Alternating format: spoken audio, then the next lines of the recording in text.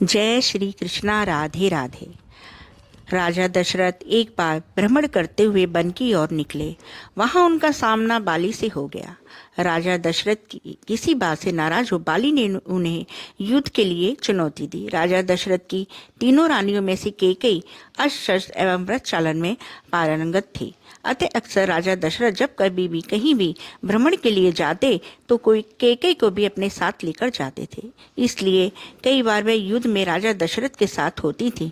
जब बाली एवं राजा दशरथ के मध्य भयंकर युद्ध चल रहा था, उस समय संयोग वंश रानी केकई भी उनके साथ थी। युद्ध में बाली राजा दशरथ पर भारी पड़ने लगा। वह इसलिए क्योंकि बाली को यह वरदान प्राप्त था कि उसकी दृष्टि यदि किसी पर पड़ जाए तो उसकी आदि शक्ति बाली को प्राप्त हो जाती है। अतः यह तो निश्चित था कि उन दोनों की युद्ध में हार राजा दशरथ की ही होगी। राजा दशरथ के युद्ध हारने पर बाली ने उनके सामने एक शर्त रखी कि या तो वे अपनी पत्नी केकई को यहाँ छोड़कर जाएं या रघुकुल की शान अपना मुकुट यहाँ पर छोड़कर जाएं। तब राजा दशरथ को अपना मुकुट वहां छोड़कर रानी केकई के साथ वापस अयोध्या लौटना पड़ा। रानी केकई को यह बात बहुत दुखी। आखिर एक स्त्री अपने पति के अपमान को अपने सामने कैसे सह सकती थी। यह बात उन्हें हर पल कांटे की तरह चुभने लगी कि उनके कारण सजा राजा दशरथ को अपना मुकुट छोड़ना पड़ा। वह राजमुकुट की वापसी की चिंता में रहती थी। जब श्री राम जी के राज तिलक का समय आया तब दशरथ जी केकई को मुकुट को लेकर चर्चा हुई। यह बात तो केवल यही दोनों जानते थे। केकई ने रघुकुल की आन को वापस लाने के लिए श्री राम जी को वनवास भेजा और अब उनका कलंक अपने ऊपर ले लिया और श्री राम जी को वन भिजवाया। उन्होंने श्री राम जी से कहा कि ताकि बाली से मुकुट लेकर वापस आना है। श्री राम जी ने जब बाली को मारकर गिरा दिया, उसके बाद उनका बाली के साथ संबंध होने लगा। प्रभु ने अपना परिचय देकर बाली से अपने कुल के शान मुकुट के बारे में पूछा था। तब बाली ने बताया, रावण को मैंने बंदी बनाया था। जब वह भागा तो साथ ही छल से वह मुकुट भी लेकर भाग गया।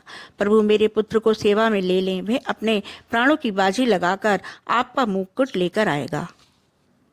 जब अंगद श्री राम जी के दूत बनकर रावण की सभा में गए, वहां उन्होंने सभा में अपने पैर जमा दिए और उपस्थित वीरों को अपना पैर हिलाकर दिखाने की चुनौती दे दी। रावण के महल के सभी योद्धाओं ने अपनी पूरी ताकत अंगद के पैर को हिलाने में लगाई, परंतु कोई भी योद्धा सफल नहीं हो पाया। जब रावण ने के सभा में सारे योद्धा अंगद के पैर को हिला ना पाए तो स्वयं रावण अंगद के पास पहुंचा और उसके पैर को हिलाने के लिए जैसे ही झुका, उसके सर से वह मुकुट गिर गया। अंगद वह मुकुट लेकर वापस श्री राम के पास चले आए। यह महिमा थी रघुकुल के राजमुकुट की। राजा दशरथ के पास गई तो उन्हें पीड़ा झेलनी पड़ी।